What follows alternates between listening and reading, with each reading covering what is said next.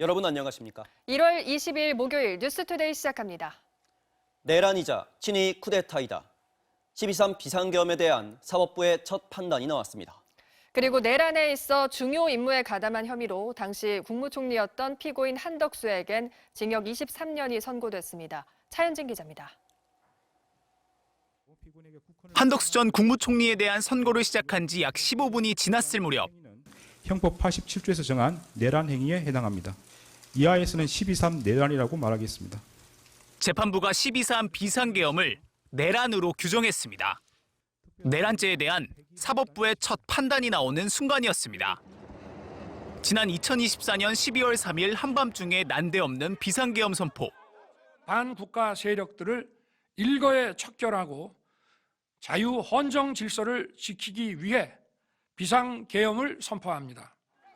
곧바로 국회와 정당의 활동이 금지되는 포고령이 발령됐고 윤 전 대통령의 지시에 따라 계엄군과 경찰이 국회와 중앙선거관리위원회 등을 무단으로 침탈하거나 봉쇄했습니다. 내란죄의 법적 구성 요건은 국헌문란의 목적과 폭동행위.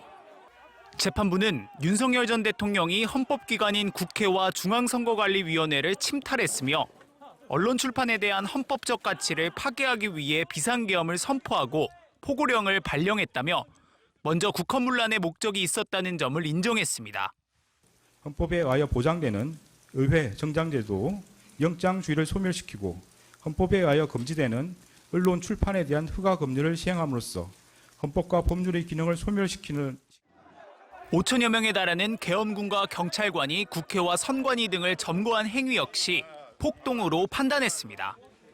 다수의 군병력과 경찰 공무원을 동원하여 국회, 중앙선관위 등을 점거, 출입 통제하는 등 다수인을 결합하여 육력을 행사하고 해악을 고지함으로써 한 지역의 평화를 해할 정도의 위력이 있는 폭동을 일으켰다고 인정됩니다.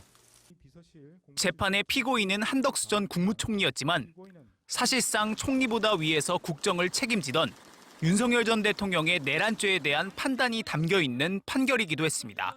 MBC 뉴스 차현진입니다. 대통령 신년 기자회견은 3시간 가까이 진행됐습니다.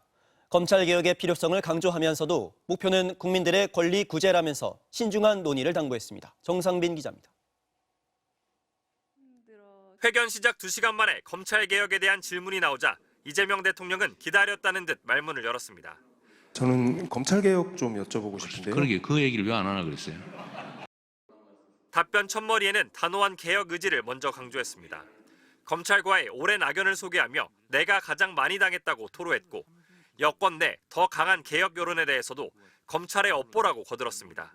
검찰이 하도 저지른 업보가 많아가지고 마녀가 된 거 아니냐. 제가 기소된 것만 한 20건 되는 것 같아요. 20건. 문제만 잡으면 증거 뭐 없어서 다 기소해가 너 한번 고생해봐. 다만 검찰개혁의 진정한 목표를 고려하며 충분히 시간을 갖고 신중하게 논의해달라고 정부와 여당에 당부했습니다.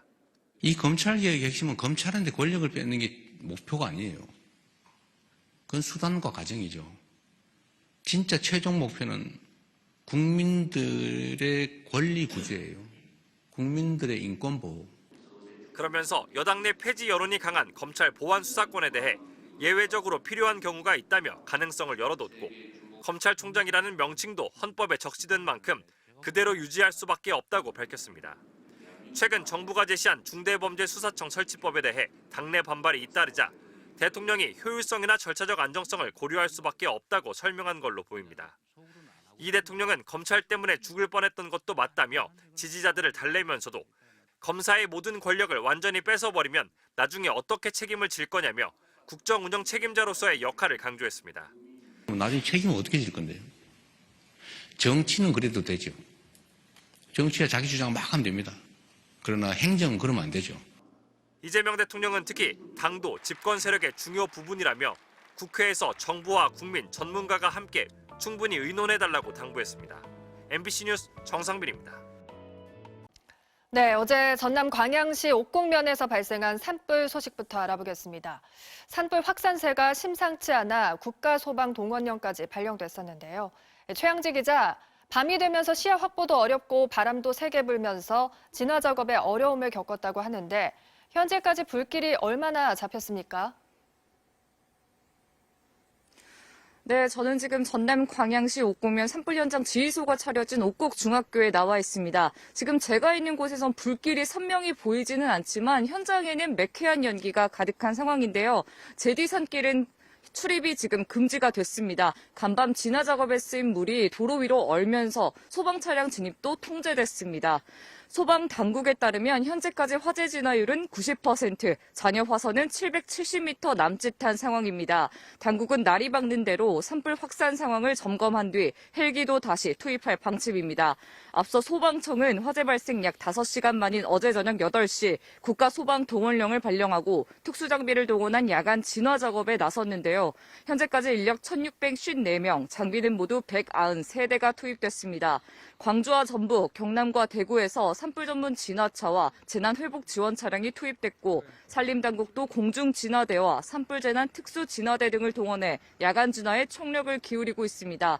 하지만 밤에는 시야 확보가 어려운 데다 강한 바람까지 불어 불길이 번지면서 진화 작업엔 어려움을 겪었습니다. 이번 산불은 광양시 옥곡면의 한 주택에서 시작돼 바람을 타고 인근 야산까지 번진 것으로 파악됐습니다. 불이 광양 옥곡면에서 진상면 내금 일대까지 번지며 현재까지 주민 388명이 인근 면사무소와 마을회관 등으로 대피를 마쳤습니다. 소방과 산림당국은 우선 불을 다 끄고 난 뒤 정확한 화재 원인과 피해 규모를 조사할 예정입니다. 지금까지 광양시 옥곡면 산불 현장에서 MBC 뉴스 최양지입니다. 도널드 트럼프 미국 대통령이 유럽 정상들을 향해 그린란드 영토 이전을 위한 즉각적인 협상을 요구했습니다. 다만 무력은 쓰지 않겠다며 군사력 투입 가능성은 배제했는데요. 유럽은 미국과의 무역협정 승인을 보류하며 맞대응에 나섰습니다. 나세웅 뉴욕 특파원이 보도합니다. 트럼프 미국 대통령은 스위스 다보스 포럼에서 미국만이 그린란드를 러시아와 중국으로부터 보호할 수 있다고 거듭 강조했습니다. 방어를 위해선 임대가 아닌 소유권이 필요하다며 즉각 협상에 착수할 것을 요구했습니다. It's good for Europe and safe for Europe and good for us. And I'm seeking immediate negotiations to once again discuss the acquisition of Greenland by the United States. 트럼프 대통령은 무력 사용은 원하지도 않고 사용하지도 않을 것이라고 군사력 투입 가능성을 공식 배제했습니다. 앞서 백악관이 군사 행동까지 선택지로 고려하고 있다고 밝히면서 덴마크 영토인 그린란드에 긴장감이 높아졌습니다. 트럼프는 그 대신 그린란드 획득에 반대하면 기억하겠다며 보복 조치가 있을 것임을 시사했습니다. You can say yes and we will be very appreciative, or you can say no and we will remember.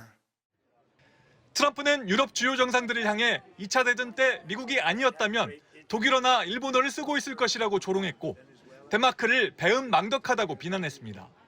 덴마크 정부는 군사력 배제 방침은 긍정적이지만 트럼프의 야욕은 그대로라고 경계했습니다.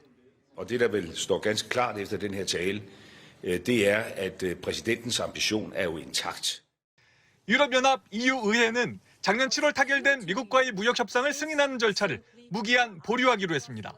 트럼프 대통령이 그린란드에 병력을 보낸 유럽 8개국에 2월부터 보복 관세를 물리겠다고 위협하자 맞대응에 나선 겁니다. 트럼프는 연설 직후 자신의 SNS에 나토 사무총장과 협상의 틀을 마련했다며 관세를 부과하지 않겠다고 한 발 물러섰습니다. 뉴욕에서 MBC 뉴스 나세웅입니다.